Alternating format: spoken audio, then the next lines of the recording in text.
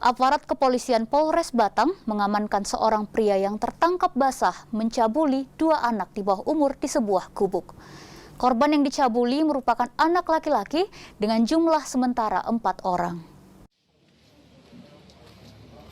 FWR tertunduk lesu saat digiring tim Resmob di halaman Mapolres Batang pada Rabu siang. Tersangka mengaku dan terbukti telah melakukan perbuatan cabul kepada 30 anak-anak di bawah umur. Seorang pengendara motor melakukan aksi eksibisionis di Cakung, Jakarta Timur, terekam kamera warga hingga viral. Pelaku nekat melancarkan aksinya di tengah keramaian dengan mengincar wanita sebagai korbannya.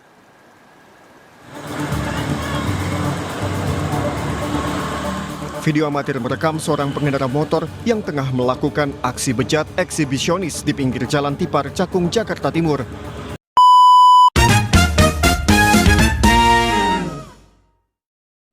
Kamu pernah dengar kasus ini? Atau ini? Berita-berita yang kamu lihat tadi adalah salah satu contoh gangguan parafilia. Salah satu gangguan parafilia yang paling sering kita lihat di berita adalah pedofilia. Tahu nggak kalau sebenarnya masih ada 7 gangguan lain yang harus kamu ketahui? Yuk kita bahas bareng-bareng. Apa sih parafilia? Parafilia berasal dari kata para yang berarti penyimpangan dan filia yang berarti sesuatu yang membuat seseorang tertarik. Parafilia adalah sekumpulan gangguan yang terkait dengan ketertarikan seksual pada objek yang tidak seharusnya. Dengan kata lain, parafilia adalah kegiatan seksual yang abnormal. Berdasarkan American Psychiatric Association tahun 2013, gejala dari parafilia biasanya ditunjukkan dengan adanya ketertarikan seksual yang terjadi secara intens dan terus-menerus. Namun, ketertarikan ini di luar dari rangsangan atau perilaku seksual yang normal. Studi mengenai prevalensi parafilia masih terbatas dan sulit untuk diukur. Berdasarkan National Library of Medicine tahun 2023, menyebutkan bahwa individu dengan kelainan ini menderita secara diam-diam karena merasa malu.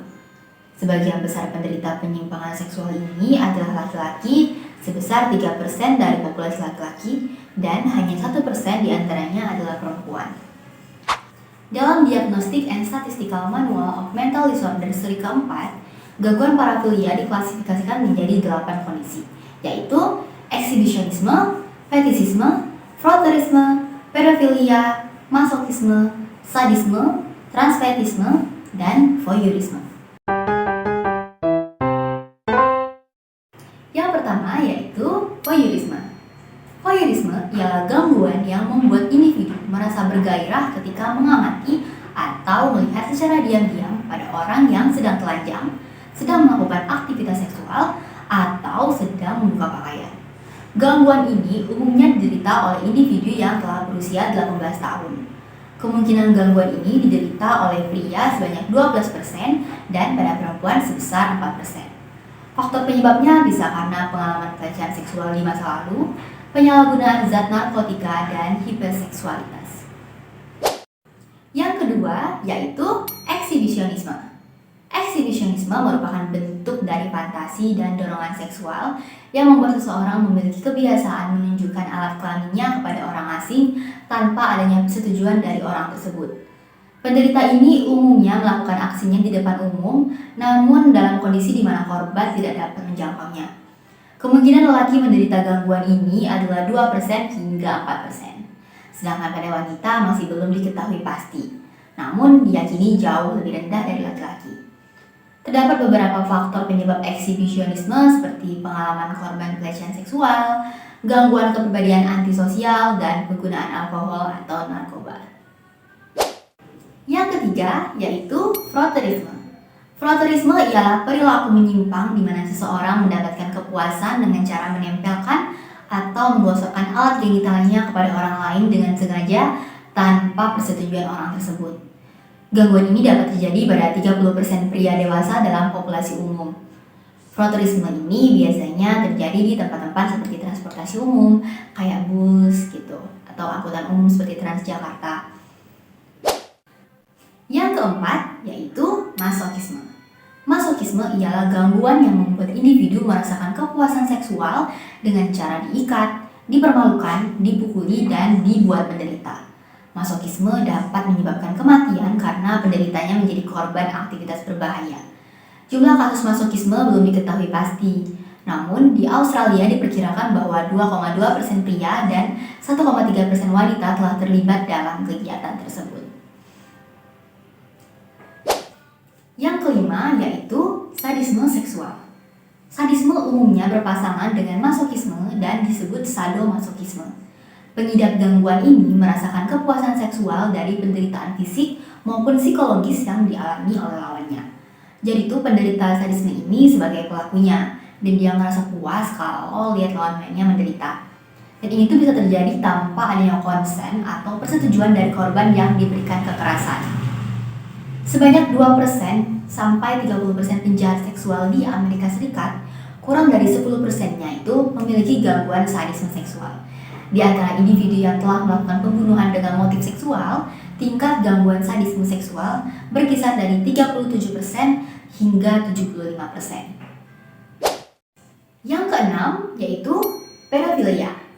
Pedofilia ialah tindakan yang membangkitkan gairah seksual dengan cara melibatkan aktivitas dewasa pada anak-anak atau anak pra-remaja, yaitu umumnya usia 13 tahun atau lebih muda. Pengidap gangguan ini setidaknya berusia 16 tahun atau setidaknya 5 tahun lebih tua dari usia yang telah disebutkan sebelumnya. Pedofilia ini terbagi atas tipe spesifik, yaitu hanya tertarik pada anak-anak, dan tipe non-spesifik, yaitu tertarik pada anak-anak dan dewasa. Pengidap gangguan ini bisa saja hanya tertarik pada lelaki, hanya tertarik pada perempuan, atau tertarik kepada keduanya. Kemungkinan prevalensi tertinggi untuk gangguan pedofilia pada populasi pria adalah sekitar 3% sampai 5%. Sedangkan pada wanita tidak pasti, tetapi kemungkinan lebih kecil dibanding pria. Yang ketujuh yaitu transvestisme. Gangguan transvestisme ialah gangguan yang membuat individu puas secara seksual dengan cara berpenampilan seperti lawan jenis atau disebut dengan cross-dressing. Transvestisme yang diikuti dengan fetisisme ialah apabila terangsang secara seksual oleh kain atau pakaian.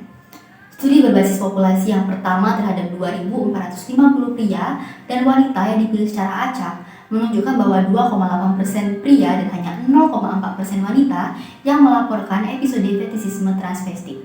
Ini menunjukkan bahwa laki-laki lebih memiliki kecenderungan ketimbang pada wanita.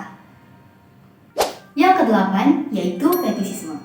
Gangguan fetisisme ialah gangguan yang menyebabkan individu merasakan dorongan fantasi atau perilaku seksual yang kuat dan selalu berulang melibatkan benda mati, seperti pakaian. Contohnya itu bra, celana dalam, kaos kaki, dan sejenisnya. Penelitian terbaru pada sampel non-klinis menemukan bahwa secara signifikan lebih banyak laki-laki sebanyak 28% dibandingkan perempuan sebanyak 11% pada gairah terhadap fetisisme. Biasanya 25% terjadi pada laki-laki homoseksual.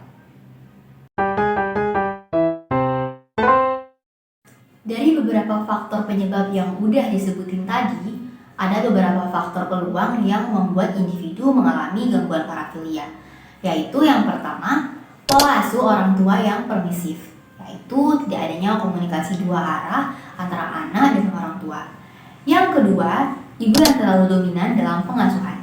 Yang ketiga, orang tua yang tidak memberikan pendidikan seks kepada anak. Yang keempat, lingkungan bermain, belajar, dan masyarakat yang mendukung untuk berkembangnya penyimpangan seksual. Yang kelima, punya pengalaman menjadi korban pelecehan seksual. Lalu yang keenam, penggunaan alkohol dan obat-obatan terlarang.